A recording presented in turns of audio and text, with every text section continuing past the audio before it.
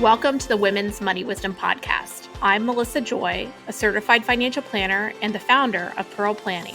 My goal is to help you streamline and organize your finances, navigate big money decisions with confidence, and be strategic in order to grow your wealth.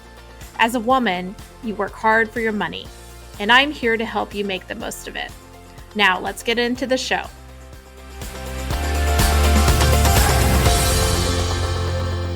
Welcome back to the Women's Money Wisdom Podcast.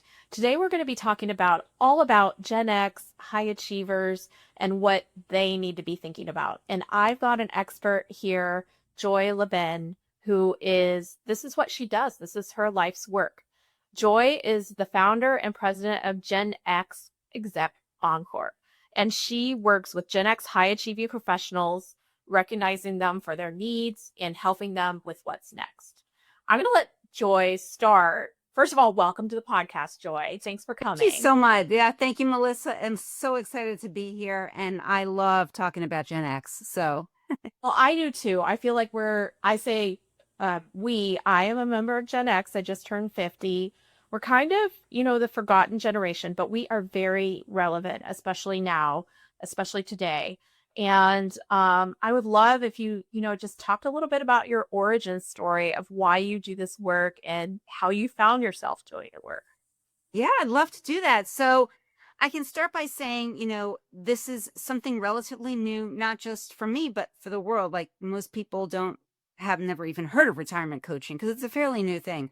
But so for a long, long time, for decades, I've been a market research consultant. So I've worked with companies and organizations doing focus groups and surveys, which I love and I still do. But a couple of things happened over the last few years that made me realize or made me get to this point. So one of them is I started thinking myself about what would be next. I've been doing this for 30 years. What else out there? What else is out there? What else could I be doing? I've always been like one of those naturally curious people. Like, I wonder what it's like to be a doctor or a cop or whatever. So I just started looking around and thinking about what else could I do? And then the other thing that happened is as I got to know my clients, well, they started talking about like, I don't know what I would do if I retired and I'm not sure what would be next. And should I? And maybe I shouldn't. I should just keep doing this because I don't know what else I would do. And so those two things kind of motivated me to kind of do some soul searching and thinking. And so I came upon retirement coaching, and I particularly liked it geared toward Gen X because I think there are some differences. I mean, every generation is unique, right? But I think there are some things about ours that have gone ignored or overlooked that I think are important to understand as we reach retirement years, and think of them as kind of an encore and not an ending, but a really new beginning of an exciting new chapter. I love hearing that. And I guess I'd like to start with your research. So, you don't just kind of vibe it. You've spent your career, your life's work, really getting to know the facts and the figures. So what have you found distinguishes Gen X from everybody else? Yeah, there are a number of things. So first of all, when you think about what we grew up with and in our environments, we were latchkey kids, a lot of us, for the first time ever.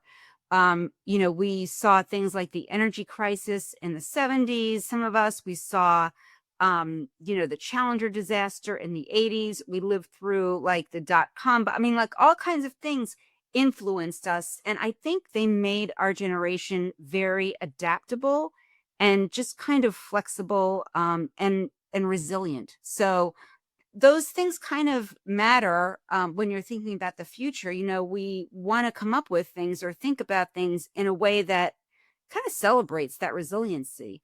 And then another major change is, we're one of the first generations that won't have pension plans, right? Mm-hmm. For most of us, there are some who do, but, we've had to self-fund for 401ks with support of employers.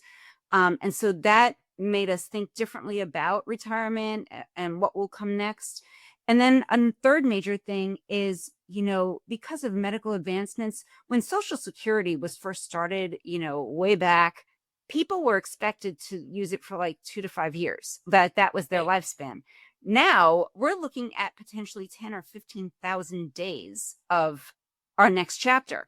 And so to think of it like just playing golf or whatever, that's just not going to happen, especially for these Gen X high achievers who are so used to, having a strong identity in their work, or, having a lot of purpose and relevancy.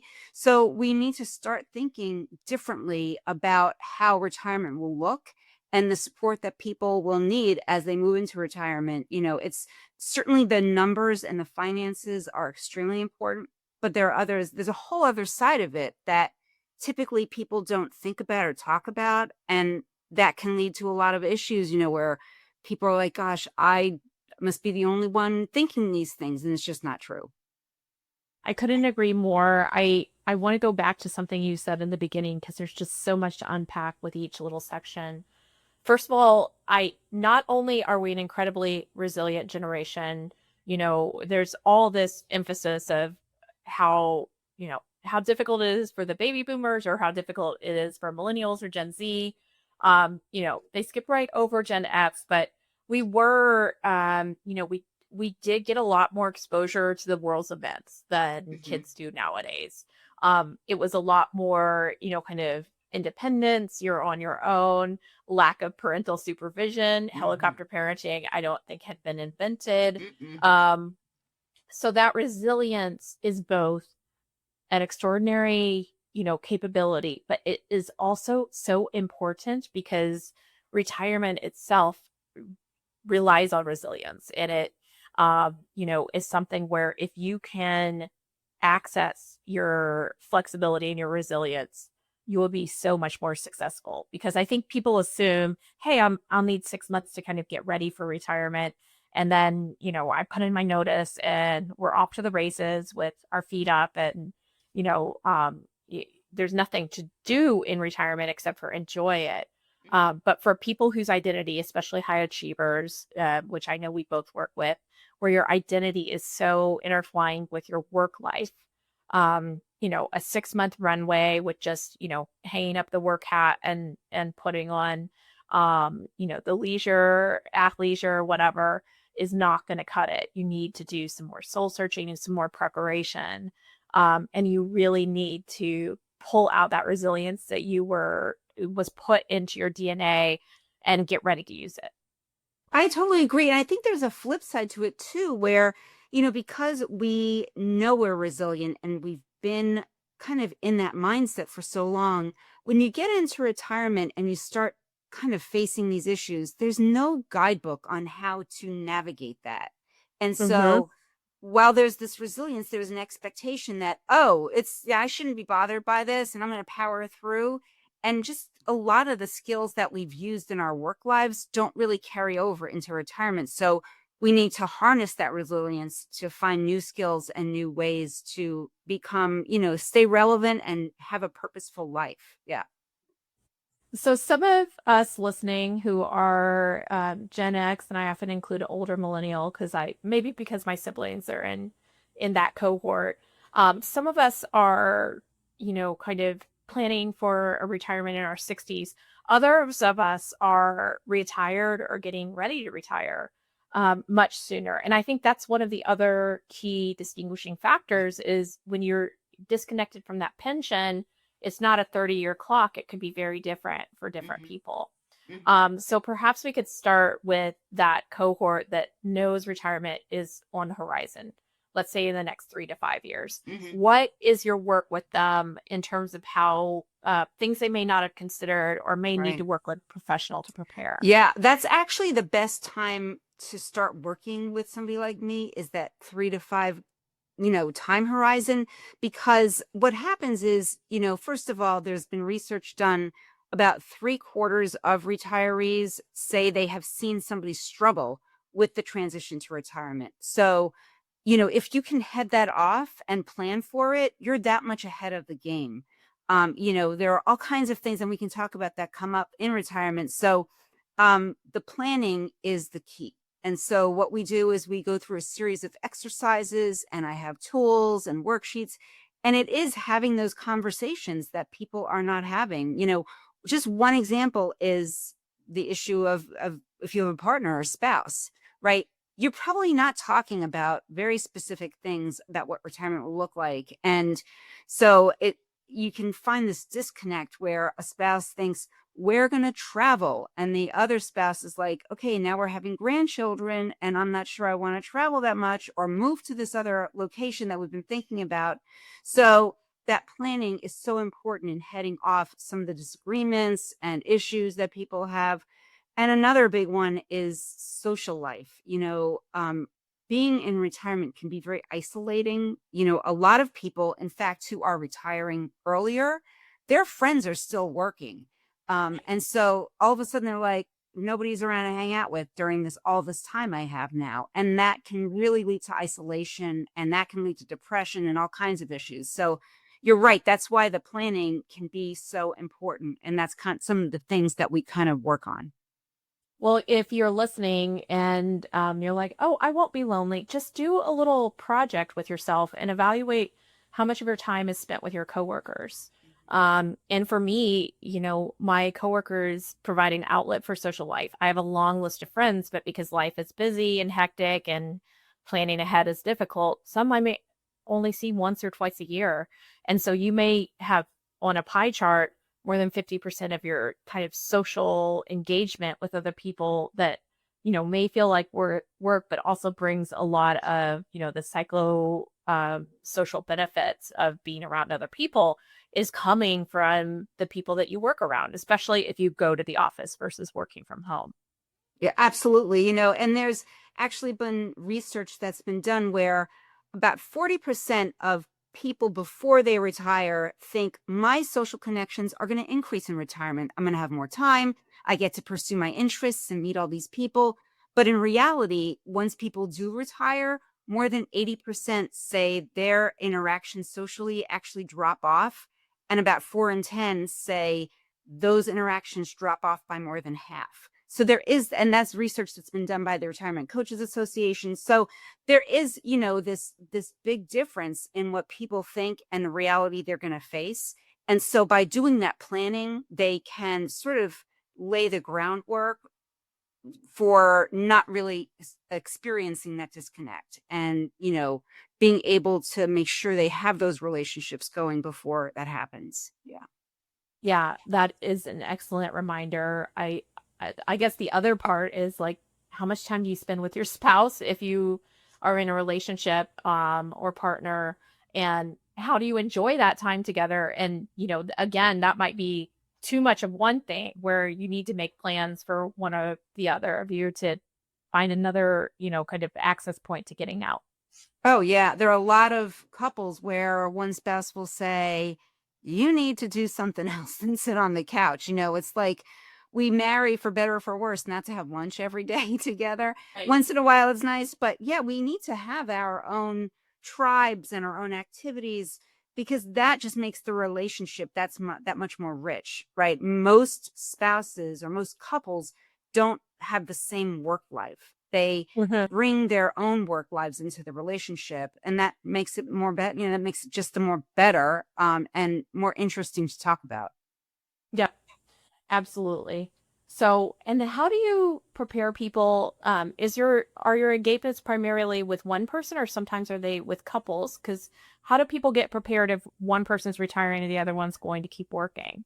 Yeah, that's a great question. We definitely see that. I work with individuals, I work with couples, we can do group sessions. So yeah, when it comes to couples and they're on different timelines, it really makes sense to think about, planning it in chunks. Like you can ask each one of them, okay, what am I going to get done by the end of this year? What do I want to get done? And for the one person, it might be, okay, I want to, start taking guitar lessons or whatever it is they want to do in retirement.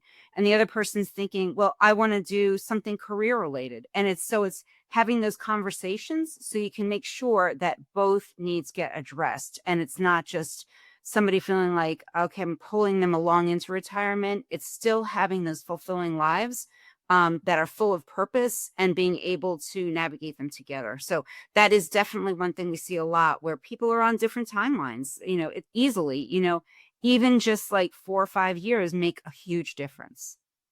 That's perfect. Yeah. And then do you have some recommendations for people after, the big date they've crossed the finish line, which you and I both know is really just another phase. It's a starting line for a huge phase of many of our lives. It's getting bigger and bigger as people live longer and retire earlier.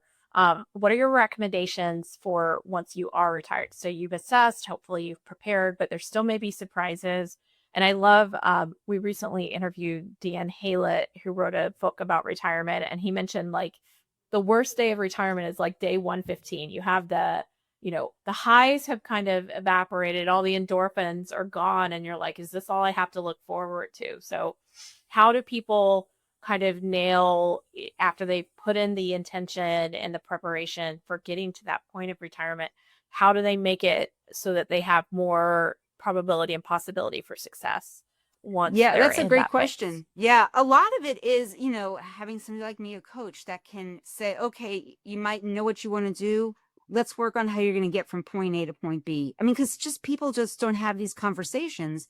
And so they just have no idea how to do it in a realistic way. So that's part of it. It's about talking to other retirees sometimes, like kind of having a retirement mentor, where Oh, you good can, idea. I love that. yeah, yeah. So, somebody who's been through it, in the last couple of years, how did you make the change? How did you kind of set your plans in motion? And I love, that's one of the things I want to start doing is connecting people in that way. I think that's such a powerful thing because when you think about like in work life, we have mentors like that. But in Right. retirement, that's like unheard of. Like, why would you do that? But it can make such a huge difference to hear from somebody who's done it. Um, in a way that succeeded for them to be able to help somebody else. They benefit and the new retiree benefits clearly as well. So if you're someone who doesn't know when they're going to retire, maybe retirement might be 10 years out. Mhm. I mean, one of the things that you and I both know is that it can be a surprise. You can have a game plan or not have Absolutely. a game plan, but just think I'm going to work forever. But people don't always retire on their own terms. Sometimes due to health or Mhm. career changes, Mhm. you don't necessarily have a choice or the needs of others. But if you're that person who's like, oh, maybe I should start thinking about retirement, like it feels like I'm at the age where I need to get more serious about this. And I up at these kind of people, that might be the first time they engage with a financial planner, in Mhm. addition to learning about a retirement coach. But where would you have those people, kind of get started when they say, okay, I've always, saved a little bit of money, but now I really want to understand what it takes to retire, but I don't know when that date is going to be. Yeah, for a lot of people, I think it starts like almost with the financial planner saying, okay, so where do I need to be financially so that they know what's realistic and, maybe what's a stretch or that they have to save more for, whatever it is. And then, there are some books out there that can be helpful.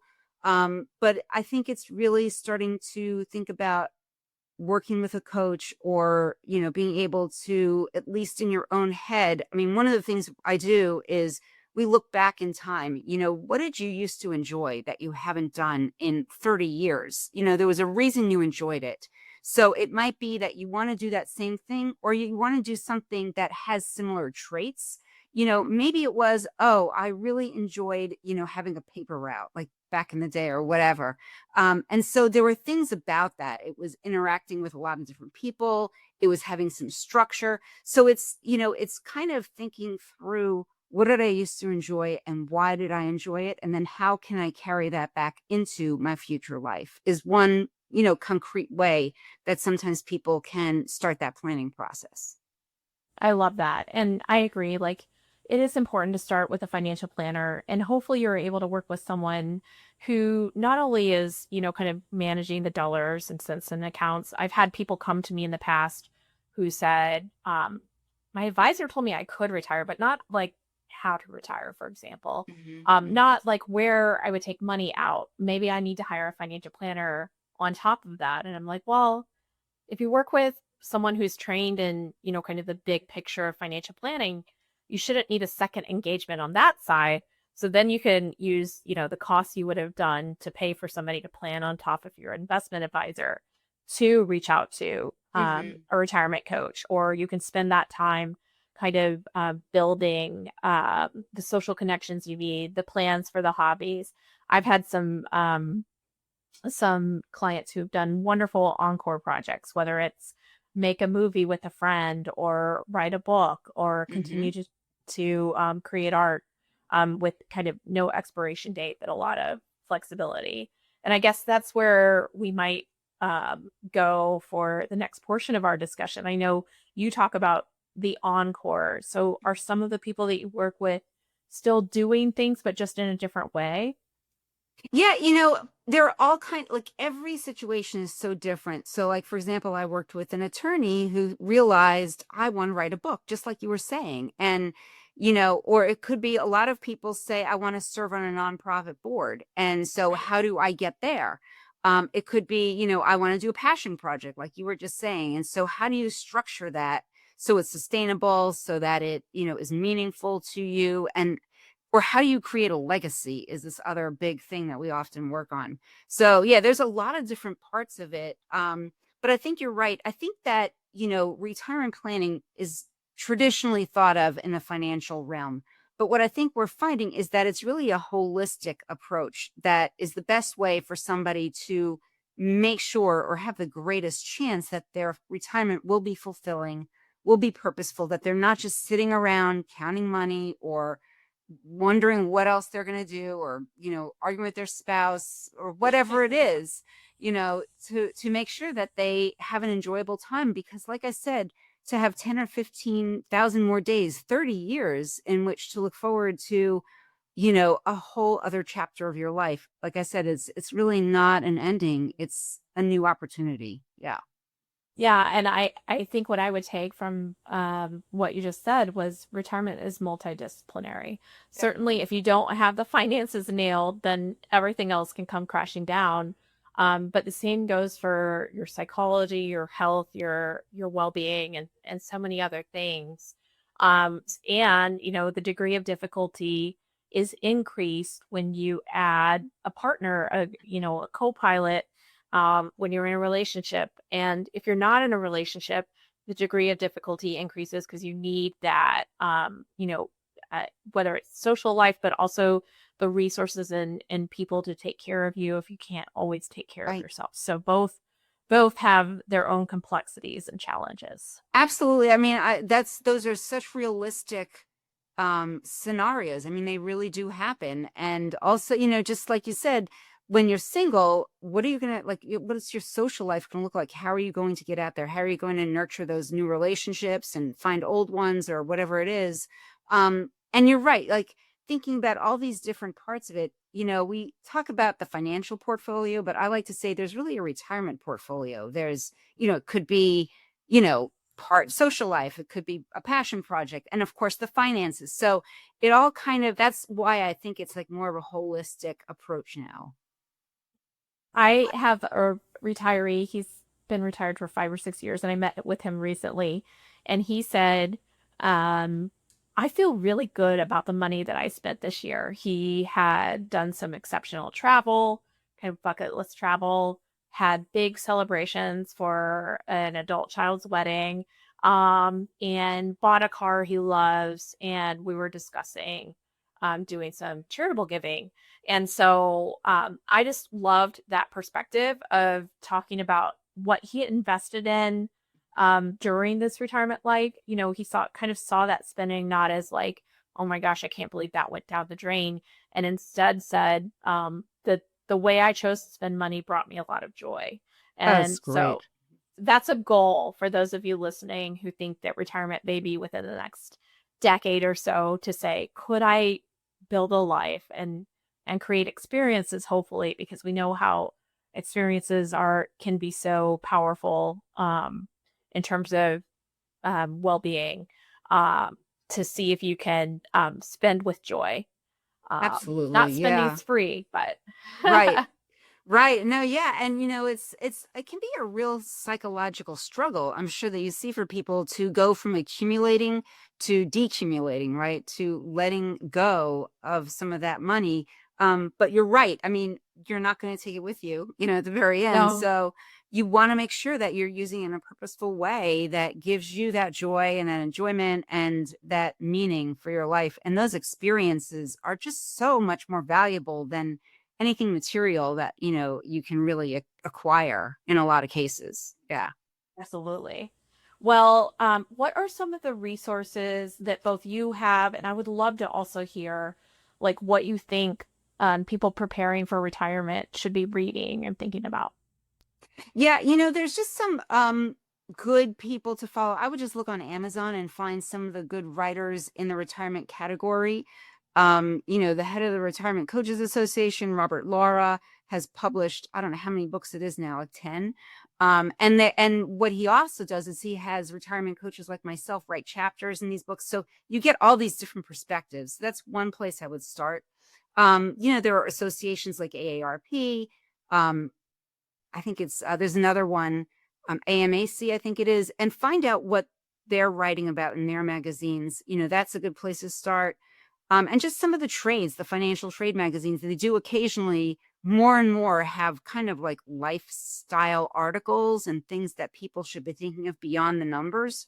And so those are good places to start. So I would look at some of those places because it's hard to say which one resource is going to work for people because there's such a unique combination out there of what's going to work for any individual. So I think it makes sense to look at all of these different things and find out, what resonates with you, what seems to make sense. And there are people like me, retirement coaches, that can help you tie it together. So yeah. Well, if someone's listening and thinking, oh my gosh, I need a retirement coach, this is what I've been looking for. How do you work with people, Joy, and where can they find you? Yeah. Yeah. So I work with people generally. One of the things I really like about retirement coaching and the way it's different from sometimes other types of coaching or whatever other professions is it's fairly finite. So typically I engage with people either, in 6 or 8 sessions. That's enough to kind of at least lay out a plan. And then we'll sometimes check in like once every other, 6 months or whatever it is to see if the plan is on track. So that's generally how I work with people in those packages. And so in any one of those packages, we go through a series of exercises and tools to address all these different factors we've been talking about. So that's the way I like working best with people. I do workshops, from time to time. Like I said, I do group coaching. Sometimes I are couples. So there's a variety of ways. But the best way to get in touch with me is, my website is GenX EncoreLife.com. You can reach out to me through LinkedIn. I'm on LinkedIn, Joy Levin. Or you can email me, jlevin@genxencorelife.com. Joy, thank you so much for joining us. We'll have all of those resources and links in the show notes. But I love the work that you're doing and keep up the great work. Oh, thanks so much, Melissa. This was such a great talk. I really, really enjoyed it. And thank you so much for being such a gracious host.